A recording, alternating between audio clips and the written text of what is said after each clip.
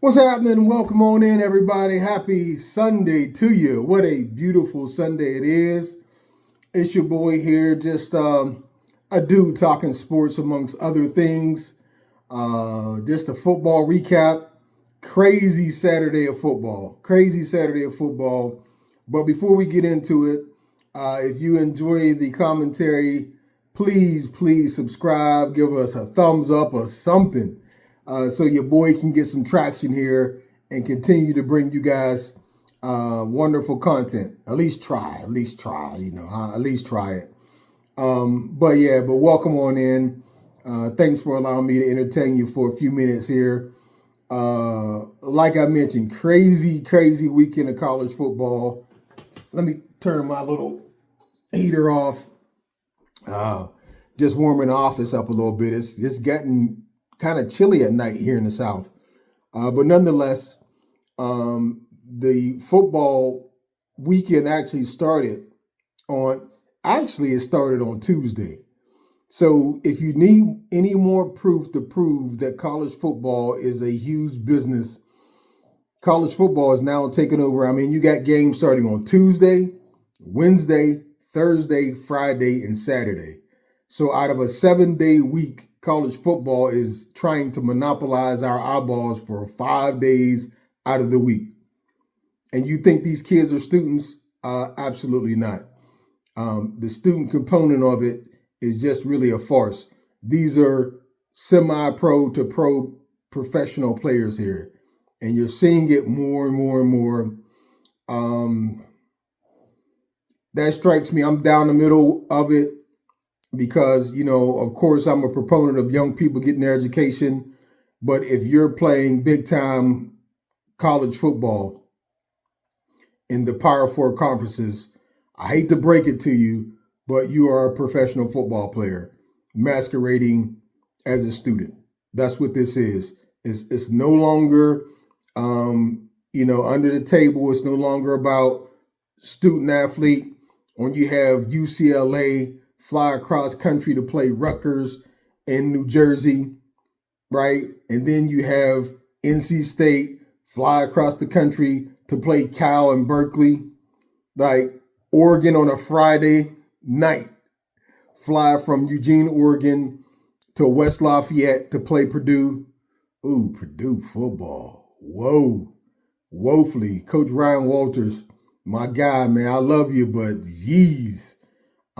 That's a bad football product there. They got ousted by Oregon 35-zip. So once again, Thursday, I picked up on Thursday. I watched Florida State go to Durham and lay an egg, folks. I don't know how in the world, because on the field, Florida State clearly has more talent than Duke and has always had more talent than Duke. And when it comes to football, we'll always have more talent than Duke. However, Florida State lost 23-16. A game in which the Tomahawk Nation down there in Tallahassee deemed as unprepared, undisciplined, and unacceptable. Which means, Mike Norvell, you got one more season. Last year's season brought you one more. But if you come out being dismal, you're gone. You're fired from Florida State, because this is unacceptable. Florida State is now 1-6 overall. I think their only win was against an FCS team, if I'm not mistaken. They're 1-6, 1-5 in the ACC. So Florida State failed to score an offensive. This is how bad it is down in Tallahassee.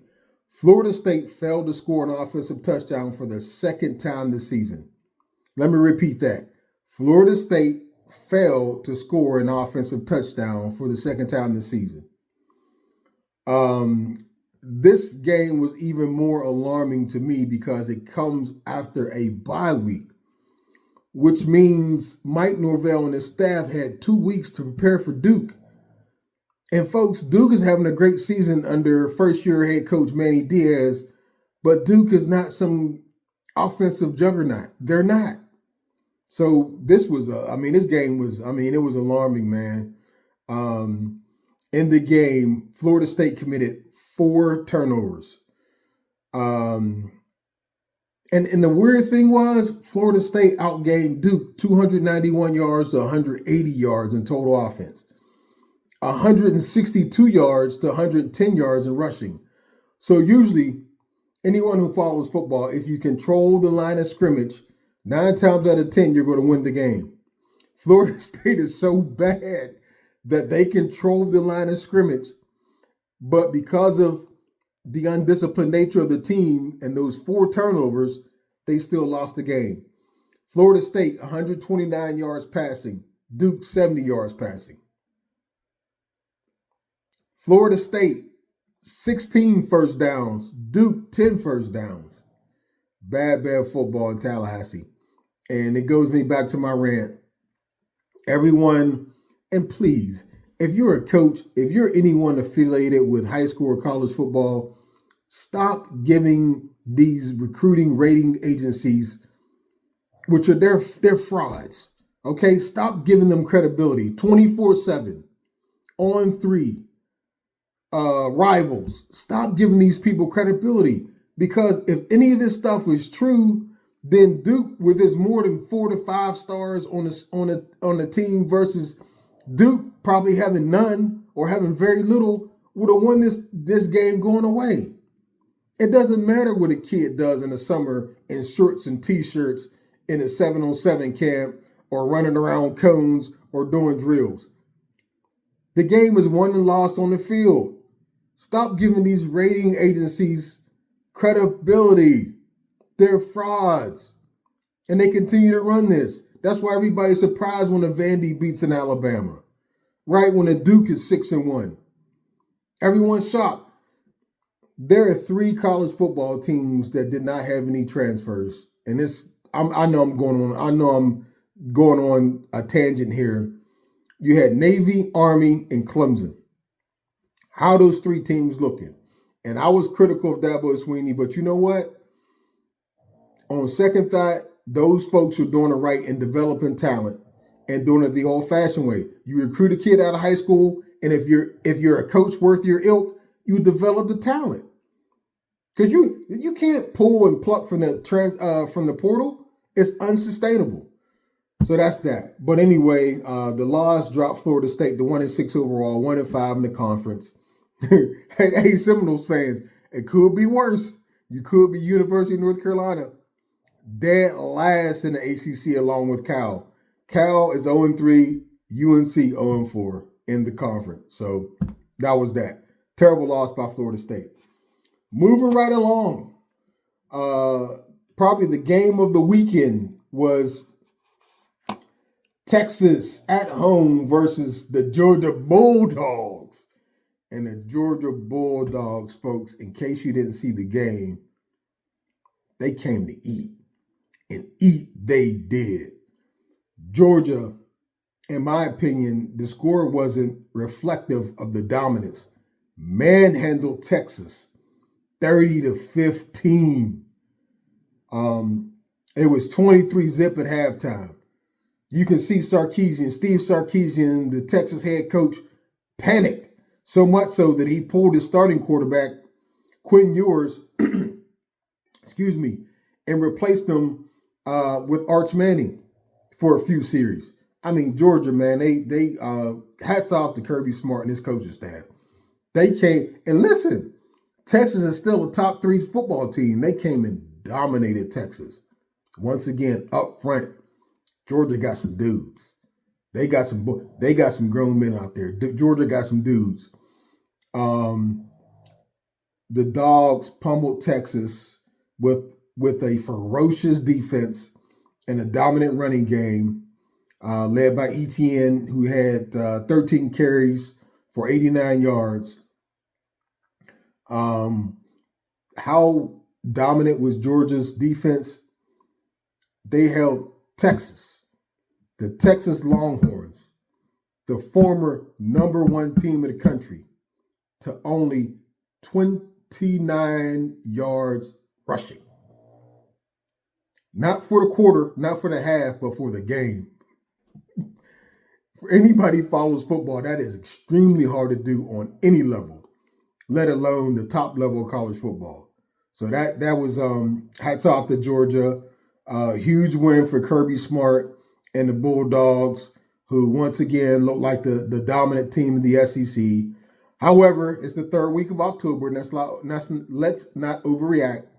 Ton of football left to play. Third week in October, but man, Georgia looked dominant.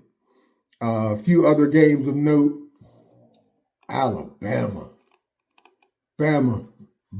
I mean, it's only Bama's 5-2, but man, they're looking very beatable, very vulnerable. And the folks down there in Tuscaloosa, I think it's fair to say that they have quickly fallen out of love with Kalen DeBoer. Tennessee beat Bama 24-17 in Knoxville. Hats off to Josh Heupel, the Tennessee head coach, who has completely revamped the Tennessee football program. According to ESPN, Josh Heupel is 4-2 versus Bama and Florida over the last 3 years. How bad was it before the Josh Heupel regime? I'm glad you asked. In the previous 16 years before he arrived in Knoxville, dating back to 2005, Tennessee was 2-30. Let me repeat that: 2-30 against Bama and Florida. So hats off to Josh Heupel. Man, this was an ugly game to watch. It was 7-0 in the halftime. Jalen Milroe doesn't look right. I don't know what has happened to Alabama, especially its offense since the Georgia win. But Jalen Milroe is regressing. He doesn't look right.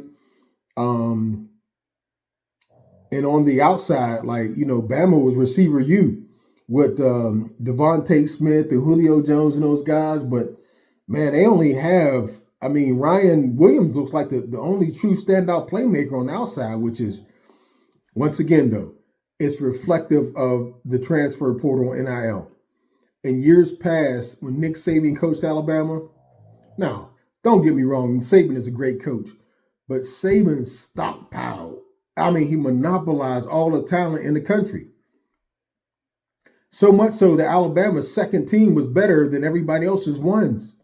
So they had incredible depth, and this comes into play on the defensive line where guys can be rolled in and rolled out where they're constantly fresh. For the third game in a row, what I've seen from an Alabama defense, and that is the team's Achilles heel, by the way. The offense isn't right, but I don't know the last time that I saw Alabama get pushed around up front. They got manhandled up front by Tennessee. Let me get the stats here. So Tennessee outrushed Alabama 220 yards to 75. Once again, when that happens, that usually results in a victory, which was the case here. The young redshirt freshman quarterback, Liam Maloff, I know I mispronounced his name, I butchered it. But, he only had 194 yards rushing, interception, and didn't play worth a damn, really. But Tennessee just ran. They leaned on his defense, the defense was stout, and they just leaned on a running game. Led by Dylan Sampson, who rushed for 139 yards on 26 carries and 2 tuds. My man was a grown man tonight down there in the trenches. The Laws dropped Alabama to 21st in the coaches poll, in the AP poll, and voted Tennessee to 12. Check this stat out. Bama hasn't lost twice before the end of October since 2007, which was Saban's first year in Tuscaloosa as Alabama's head coach. It's going to be tough. It's going to be tough sledding down there in Alabama if Kalen DeBoer can't get this thing turned around because, man, they're spoiled by 17 years of Nick Saban's excellence. And they can no longer monopolize all the talent. Because Alabama, unlike Oregon, unlike Georgia, even Miami, Texas A&M, Alabama is not a big-time player as you would think when it comes to NIL money. And these kids were simply saying, okay, where can I get the best deal? See, I love it because now, the kids are realizing that they are the show. They are the commodity and they should be paid. See, college football and college basketball, as you probably saw too, a big thing this week that I didn't report on when it happened on Wednesday was the University of Virginia head men's basketball coach Tony Bennett retiring, mainly due to what he said. I don't know, but he says it was mainly due to the current state of college basketball, NIL, kids negotiating for money. Well, you know what, Tony? You should have used your voice and your platform and advocated for the kids to get paid. It should have been revenue sharing a long time ago. And we wouldn't have resulted to this, right? Whenever you try to pimp and exploit the kids, now you have the wild, wild west. Now the coaches don't have almighty control. Now the coaches are saying, oh, what a shame and what an atrocity this has come for college sports. I think college sports is greater than ever.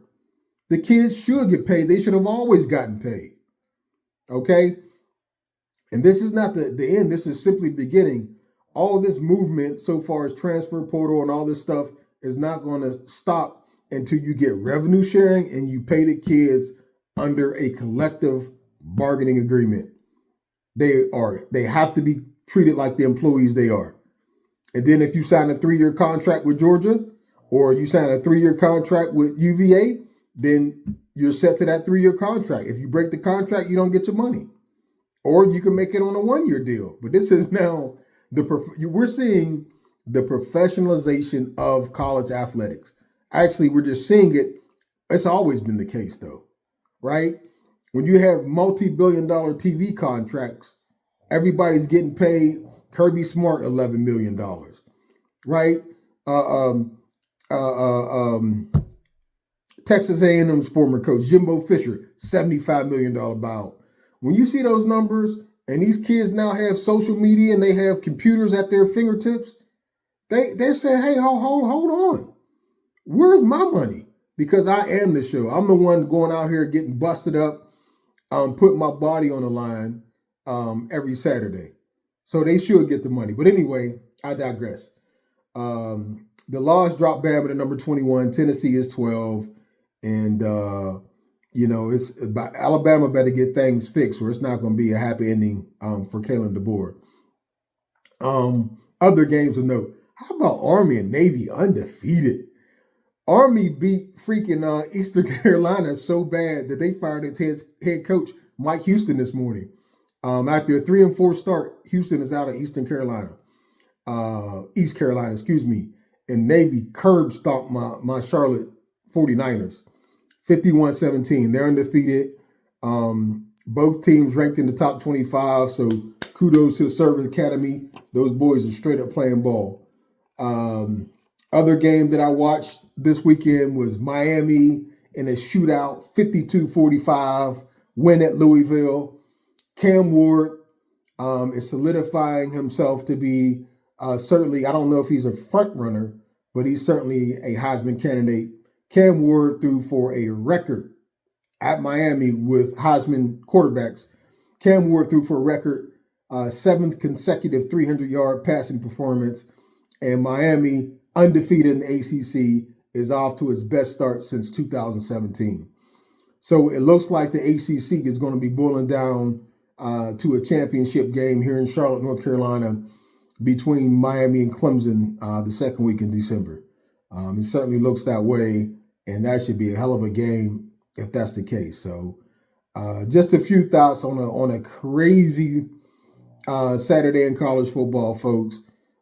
Just a beautiful, gorgeous, festive time of year where you got college football. I even watched a little baseball with the New York Yankees advancing to its first World Championship appearance since 2015. 9 years. Top of the 10th last night against the Cleveland, used to be Indians, now Guardians. Juan Soto, who will probably be the first $60 million player. Well, probably the second, because Shohei Ohtani, his contract is damn near $1 billion, but his money is spread out When Soto signs, wherever he signs as a free agent next year, he'll probably make at least $50 million a season. Top of the 10th, Soto, man, 2-2 count, 2 outs, dead center field, 410 feet, home run, 3-run home run to give the Yankees the lead 5-2 and ultimately the victory. Once again, breaking a Cleveland sports team's hearts. Sorry not to laugh, but it's Cleveland, so it is what it is. But listen, thanks for joining me, everybody. As usual, if you enjoy the content, subscribe, thumbs up. Hope to see you again. Peace and blessings. I'm out.